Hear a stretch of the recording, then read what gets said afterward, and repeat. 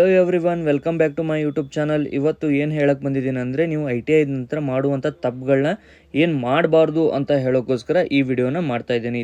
Skip ಮಾಡದೆ ಈ ವಿಡಿಯೋನ ನೋಡಿ. ನೀವು ಇನ್ನೂ ನನ್ನ ಚಾನಲ್ಗೆ ಸಬ್ಸ್ಕ್ರೈಬ್ ಆಗಿಲ್ಲ ಅಂತಂದರೆ ಈಗಲೇ ಸಬ್ಸ್ಕ್ರೈಬ್ ಮಾಡ್ಕೊಳ್ಳಿ.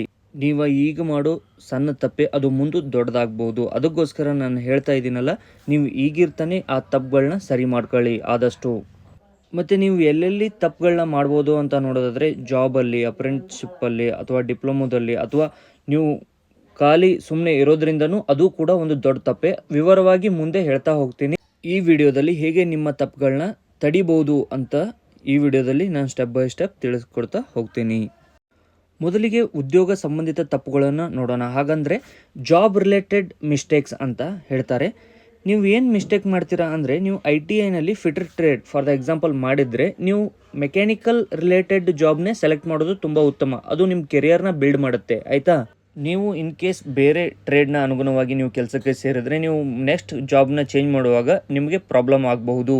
ಅಂದರೆ ನಾ ಹೇಳೋ ಅರ್ಥ, ಇವಾಗ ಎಲೆಕ್ಟ್ರಿಷಿಯನ್ ಟ್ರೇಡ್ದವರು ಮೆಕ್ಯಾನಿಕಲ್ ಟ್ರೇಡ್ ಜಾಬ್ನ ಸೆಲೆಕ್ಟ್ ಮಾಡಿಕೊಂಡ್ರೆ, ನೆಕ್ಸ್ಟ್ ನೀವು 1 ಇಯರ್ ಬಿಟ್ಟು ನಿಮಗೆ ಎಲೆಕ್ಟ್ರಿಷಿಯನ್ ಟ್ರೇಡ್ನ ಜಾಬ್ ಸಿಕ್ಕರೂ ಕೂಡ ನೀವು ಫ್ರೆಶರ್ ಅಂತಾನೆ ಕನ್ಸಿಡರೇಷನ್ ಆಗ್ತೀರಾ. ಮತ್ತು ಕೆಲವು ವಿದ್ಯಾರ್ಥಿಗಳು ಜಾಬ್ ಸೇರ್ಕೊಳ್ಳೋಕ್ಕೋಸ್ಕರ ಅಂತಾನೆ ಹಣ ಕೊಡ್ತಾರೆ. ಅದು ತಪ್ಪು. ಜಾಬ್ ಸುಮಾರಿದ್ದಾವೆ, ಗೌರ್ಮೆಂಟ್ ಆಗಿರ್ಬೋದು, ಪ್ರೈವೇಟ್ ಆಗಿರ್ಬೋದು, ಅಪ್ರೆಂಟಿಸ್ಶಿಪ್ ಸುಮಾರು ಕಡೆ ಅಪಾರ್ಚುನಿಟೀಸ್ ಇದ್ದಾವೆ.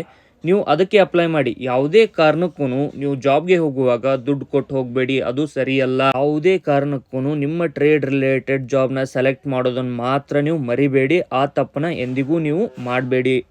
ಮತ್ತು 1, 2, 3 ವರ್ಷ ಬಿಟ್ಟು ಕಾಯ್ಕೊಂಡು ಆಮೇಲೆ ಜಾಬ್ಗೆ ಸೇರೋಣ, ಆ ತಪ್ಪನ್ನು ಕೂಡ ನೀವು ಎಂದಿಗೂ ಮಾಡಬೇಡಿ. ಇವಾಗ ತಾನೇ ಫ್ರೆಶರ್ಸ್ ಇದ್ದೀರಾ ಅಥವಾ ಲಾಸ್ಟ್ ಇಯರೇ ಮುಗಿದಿರ್ಬೋದು, ಇವಾಗ ನೀವು ಜಾಬ್ಗೆ ಸೇರಿಕೊಳ್ಳೋದು ತುಂಬ ಉತ್ತಮ. ಇನ್ನು ಅಂಕಪಟ್ಟಿ ಸಂಬಂಧಿತ ತಪ್ಪುಗಳನ್ನು ನೋಡೋದಾದರೆ, ಯಾವುದೇ ಕಾರಣಕ್ಕೂ ನಿಮ್ಮ ಅಂಕಪಟ್ಟಿಗಳನ್ನು ಮರೆಯಬೇಡಿ. ಅಂದರೆ ನೀವು ನಿಮ್ಮ ಅಂಕಪಟ್ಟಿಗಳನ್ನು ತೆಗೆದುಕೊಳ್ಳಿ. ಪ್ರಿಂಟೌಟ್ ನಿಮ್ಮ ಕಡೆ ಯಾವಾಗಲೂ ಇರಬೇಕು. ಅದು ಸಾಫ್ಟ್ ಕಾಪಿ ಆಗಿರ್ಬೋದು ಅಥವಾ ಹಾರ್ಡ್ ಕಾಪಿ ಆಗಿರ್ಬೋದು. ಕೆಲವು ವಿದ್ಯಾರ್ಥಿಗಳು ಏನು ಮಾಡ್ತೀರಾ ಅಂತಂದರೆ, ಅಂಕಪಟ್ಟಿ ಮುಂದೆ ನೋಡೋಣ, ಮುಂದೆ ತೆಗೆದುಕೊಳ್ಳೋಣ, ಜಾಬ್ ಸಿಕ್ಕಾದ್ಮೇಲೆ ತೊಗೊಳ್ಳೋಣ ಅಂತಿರ್ತೀರಿ. ನೋ, ಆ ತಪ್ಪನ್ನ ಮಾಡಬೇಡಿ. ನೀವು ಆದಷ್ಟು ಬೇಗ ನಿಮ್ಮ ಅಂಕಪಟ್ಟಿಗಳನ್ನು ನಿಮ್ಮ ಕಡೆ ಸಿದ್ಧವಾಗಿಟ್ಕೊಳ್ಳಿ. ಅಂಕಪಟ್ಟಿಗಳು ಏಕೆ ಬೇಕಂತಂದರೆ, ನೀವು ಗೌರ್ಮೆಂಟ್ ಜಾಬ್ ಆಗಿರ್ಬೋದು ಅಥವಾ ಪ್ರೈವೇಟ್ ಜಾಬ್ ಹೋದ್ರೆ ಅಪ್ಲೈ ಮಾಡಬೇಕಾದ್ರೆ ನಿಮಗೆ ಮಾರ್ಕ್ಸ್ ಕಾರ್ಡ್ ಸರ್ಟಿಫಿಕೇಟ್ನ ಕೇಳ್ತಾರೆ. ಅದಕ್ಕೋಸ್ಕರ ಅವನ್ನ ನಿಮ್ಮ ಕಡೆ ರೆಡಿಯಾಗಿ ಇಟ್ಕೊಳ್ಳಿ. ಯಾಕಂದರೆ ನಾಳೆ ನಿಮಗೆ ಸಂಡೇ ಇತ್ತು ಅಥವಾ ಏನೋ ಒಂದು ಇಂಟರ್ವ್ಯೂ ಇತ್ತಂದರೆ ಅವತ್ತು ಕಾಲೇಜ್ ಓಪನ್ ಇರಲ್ಲ. ಆ ಮಾರ್ಕ್ಸ್ ಕಾರ್ಡ್ಗಳು ಅಥವಾ ಸರ್ಟಿಫಿಕೇಟ್ಗಳು ನಿಮಗೆ ಸಿಗಲ್ಲ. ಅವನು ಕೂಡ ನೀವು ರೆಡಿ ಮಾಡಿ ಇಟ್ಕೊಳ್ಳೋದು ತುಂಬ ಉತ್ತಮ. ಆ ತಪ್ಪನ್ನು ಕೂಡ ನೀವು ಮಾಡಬೇಡಿ. ಅಥವಾ ಅಂಕಪಟ್ಟಿಯಲ್ಲಿ ನಿಮ್ಮ ಹೆಸರು, ನಿಮ್ಮ ಡೇಟ್ ಆಫ್ ಬರ್ತು ಏನಾದರೂ ತಪ್ಪು ಇದ್ದರೂ ಕೂಡ ಅದನ್ನು ಕೂಡ ಆದಷ್ಟು ಬೇಗ ಚೇಂಜಸ್ ಮಾಡ್ಕೊಳ್ಳಿ. ಅದು ಕೂಡ ನಿಮಗೆ ನಾಳೆ ಸಮಸ್ಯೆಯಾಗಿ ಕಾಡಬಹುದು.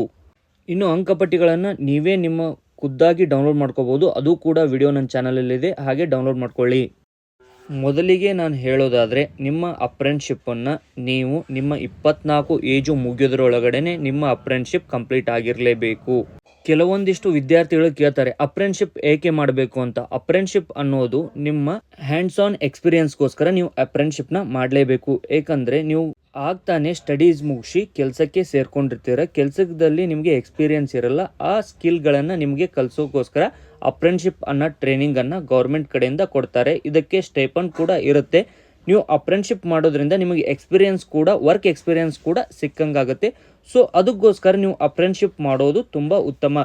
ಮತ್ತು ಈ ಅಪ್ರೆಂಟಿಸ್ಶಿಪ್ ಕಂಪ್ಲೀಟ್ ಆದ ನಂತರ ನೀವು ಅದೇ ಎಕ್ಸ್ಪೀರಿಯನ್ಸ್ ಮೇಲೆ ಬೇರೆ ಬೇರೆ ಕಂಪ್ನಿಗಳಲ್ಲಿ ಕೆಲಸಕ್ಕೆ ಕೂಡ ಸೇರ್ಕೋಬೋದು.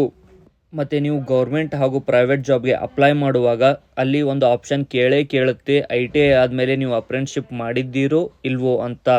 ಅಪ್ರೆಂಟಿಸ್ಶಿಪ್ ಮಾಡೋದ್ರಿಂದ ಗೌರ್ಮೆಂಟ್ ಜಾಬ್ ಸಿಗೋದು ಕೂಡ ನಿಮಗೆ ಹತ್ತಿರವಾಗ್ಬೋದು. ಯಾಕಂದರೆ ನಿಮ್ಗೆ ಅಪ್ರೆಂಟಿಸ್ಶಿಪ್ಪಲ್ಲಿ 1 ಇಯರ್ ಎಕ್ಸ್ಪೀರಿಯನ್ಸ್ ಕೂಡ ಸಿಕ್ಕಿರುತ್ತೆ. ಇನ್ನೂ ಒಂದು ಎಚ್ಚರಿಕೆ ಏನಪ್ಪ ಅಂತಂದರೆ, ITI ಆದಮೇಲೆ ಅಪ್ರೆಂಟಿಸ್ಶಿಪ್ ಮಾಡಲಿಲ್ಲ ಅಂದರೆ ನಿಮಗೆ ಜಾಬ್ ಕೂಡ ಸಿಕ್ಕರೂ ಕಡಿಮೆ ಸ್ಯಾಲ್ರಿ ಜಾಬ್ ಸಿಗುವಂಥ ಚಾನ್ಸಸ್ ಇರುತ್ತೆ. ಸೊ ಅದಕ್ಕೋಸ್ಕರನಾದರೂ ನೀವು ಅಪ್ರೆಂಟಿಸ್ಶಿಪ್ ಮಾಡೋದು ತುಂಬ ಉತ್ತಮ. ITI ನಂತರ ಡಿಪ್ಲೊಮೊ ಮಾಡಬೇಕಂತ ಕೆಲವು ವಿದ್ಯಾರ್ಥಿಗಳು ಕೇಳ್ತಾ ಇರ್ತೀರ. ಡಿಪ್ಲೊಮೊ ಮಾಡುವಾಗ ಕೂಡ ಕೋರ್ಸ್ನ ಸೆಲೆಕ್ಟ್ ಮಾಡುವಾಗ ಕೂಡ ಕೆಲವೊಂದಿಷ್ಟು ತಪ್ಪುಗಳನ್ನ ನೀವು ಮಾಡ್ತೀರಿ. ITI ಆದಮೇಲೆ ಡಿಪ್ಲೊಮೊ ಮಾಡೋಕ್ಕೆ ನೀವು 8 to 9 months ಕಾಯಬೇಕಾಗುತ್ತೆ. ಯಾಕಂತಂದರೆ ನೀವು ITI ಕಂಪ್ಲೀಟ್ ಆದ ತಕ್ಷಣವೇ ಡಿಪ್ಲೊಮೊ ಅಡ್ಮಿಷನ್ ಕ್ಲೋಸ್ ಆಗಿರುತ್ತೆ. ಅಂದರೆ ನೀವು ನೆಕ್ಸ್ಟ್ ಇಯರ್ನ ಅಡ್ಮಿಷನ್ ಮಾಡಿಸ್ಬೇಕಾಗತ್ತೆ. ನೀವು ಡಿಪ್ಲೊಮೊ ಅಡ್ಮಿಷನ್ ಮಾಡಿಸೋದ್ರಿಂದ ನೀವು ಲ್ಯಾಟ್ರಲ್ ಎಂಟ್ರಿಗೆ ಜಾಯ್ನ್ ಆಗ್ತೀರಾ. ಅಂದರೆ ನೇರವಾಗಿ 2ನೇ ವರ್ಷಕ್ಕೇ ನೀವು ಡಿಪ್ಲೊಮೊನ ಜಾಯ್ನ್ ಆಗ್ತೀರಾ. ಮತ್ತು ನಿಮಗೆ ಟ್ರೇಡ್ಗೆ ಸಂಬಂಧಿಸಿದ ಡಿಪ್ಲೊಮೊ ಕೋರ್ಸನ್ನೇ ನೀವು ಮಾಡೋದ್ರಿಂದ ಏನಾಗುತ್ತೆ ಅಂತಂದರೆ ನಿಮಗೆ ಕಲಿಯೋಕ್ಕೂ ಕೂಡ ಈಸಿ ಆಗುತ್ತೆ. ನೀವು ಇನ್ ಕೇಸ್ ಬೇರೆ ಕೋರ್ಸನ್ನು ಮಾಡಿದ್ರೆ ಅದು ನಿಮಗೆ ಕಷ್ಟನೂ ಅನ್ನಿಸ್ಬೋದು. ITI ನಂತರ 8 to 10 ಮಂತ್ಸ್ ಕಾಯೋದ್ರ ಬದಲು ನೀವು ಅದೇ ಟೈಮಲ್ಲಿ ಅಪ್ರೆಂಟಿಸ್‌ಶಿಪ್ ಮಾಡಿಬಿಡೋದು ತುಂಬ ಉತ್ತಮ. ಆಮೇಲೆ ಅಪ್ರೆಂಟಿಸ್‌ಶಿಪ್ ಮುಗಿದ್ಮೇಲೆ ನೀವು ಡಿಪ್ಲೊಮಾ ಅಡ್ಮಿಷನ್ನ ಮಾಡಿಸೋದು ತುಂಬ ಉತ್ತಮ ಅಂತ ನನಗನ್ಸುತ್ತೆ. ನೀವು ITI ಆದ ನಂತರ ಏನು ಮಾಡಿದ್ದೀರಿ ಅನ್ನೋದನ್ನು ಈ ವಿಡಿಯೋದಲ್ಲಿ ಕಮೆಂಟ್ ಮೂಲಕ ನನಗೆ ತಿಳಿಸಿ. ಧನ್ಯವಾದಗಳು. ಹೀಗೆ ಸಪೋರ್ಟ್ ಮಾಡ್ತಾ ಇರಿ.